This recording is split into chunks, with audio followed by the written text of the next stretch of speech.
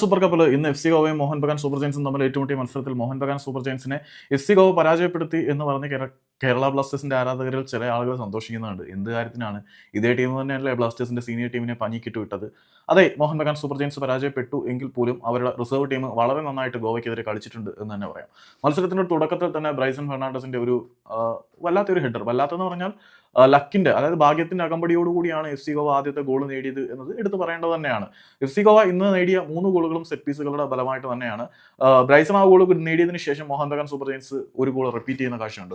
Repetition in the sense Kerala ബ്ലാസ്റ്റേഴ്സിനെതിരെ ആഷിഖ് കുര്യൻ സുഹേൽ ഭട്ടിനെ കൊണ്ട് ഗോൾ അടിപ്പിച്ചതുപോലെ തന്നെ അതിന്റെ ഒരു എക്സാക്ട് കാർബൺ കോപ്പി പോലെ തന്നെയാണ് ആഷിഖ് കുര്യൻ വളരെ മികവോടുകൂടി ഗോവയുടെ പ്രതിരോധത്തിന്റെ വിങ്ങിനെ കീറി മുറിച്ചുകൊണ്ട് മുന്നേറിയ ശേഷം വളരെ കൃത്യമായിട്ട് സുഹേലിലേക്ക് പന്തെത്തിക്കുന്ന കാഴ്ച. സുഹേലിന്റെ പൊസിഷനിങ് എടുത്തു പറയേണ്ടതാണ്. ഇന്ത്യൻ ഫുട്ബോൾ താരങ്ങളുടെ, പ്രത്യേകിച്ചും നമ്മൾ ഒരുപാട് ഇന്ത്യൻ താരങ്ങളെ കണ്ടിട്ടുണ്ട്. ഈവൻ സുനിൽ ഛേത്രിയുടെ പോലും പൊസിഷനിങ് നമുക്ക് പലപ്പോഴും ചില സമയത്ത് ദഹിക്കത്തില്ല. ആ ഒരു സാഹചര്യത്തിൽ ഈ ഒരു ചെറിയ പ്രായത്തിൽ തന്നെ കൃത്യമായ പൊസിഷനിങ് ബോക്സിനകത്ത് നടത്താൻ സുഹേൽ മിടുക്കനാണ് എന്നുള്ളത് ആ ഒരു ഗോൾ തെളിയിക്കുന്നുണ്ട്. അതിനുശേഷം കൃത്യമായിട്ടുള്ള പൊസിഷൻ പിടിച്ചെടുക്കാൻ സുഹേലിന് കഴിയുന്നുണ്ടായിരുന്നു. പക്ഷേ മോഹൻ ബഗാന് പിന്നീട് ഗോളുകളൊന്നും നേടാൻ കഴിഞ്ഞില്ല. പിന്നീട് ധീരജിന് പറ്റിയ ഒരു പിഴവിന്റെ പേരിൽ ഒരു penalty spot kick F C ഗോവയ്ക്ക് ലഭിക്കുന്നു. അവരുടെ സൂപ്പർ താരമായിട്ടുള്ള ഐക്കോ ഭുവനേഷ ധീരജിനെ കബളിപ്പിച്ചുകൊണ്ട് ഒരു പവർഫുൾ ഷോട്ടിലൂടെ തന്നെ തങ്ങളുടെ ലീഡ് നേടുന്ന കാഴ്ചയാണ് കണ്ടത്.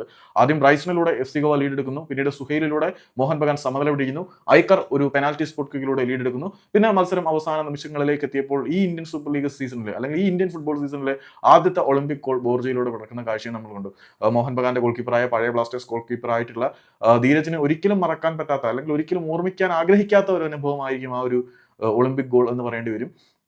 കോർണറിൽ നിന്നും ഡയറക്റ്റ് എടുത്ത ആ ഒരു കിക്ക് നേരെ വളഞ്ഞു തൂങ്ങി പോസ്റ്റിലിടിച്ച് ഗോൾ പോസ്റ്റിനകത്തേക്ക് കയറുന്ന കാഴ്ചയാണ് കാണുന്നത്. ഏതായാലും മോഹൻ ബഗാൻ സൂപ്പർ ജയൻസ് പരാജയപ്പെട്ടു എങ്കിൽ പോലും ഈ യുവനിരയും കൊണ്ട് ഇതുവരെ വന്നത് വളരെ വലിയ കാര്യം തന്നെയാണ്.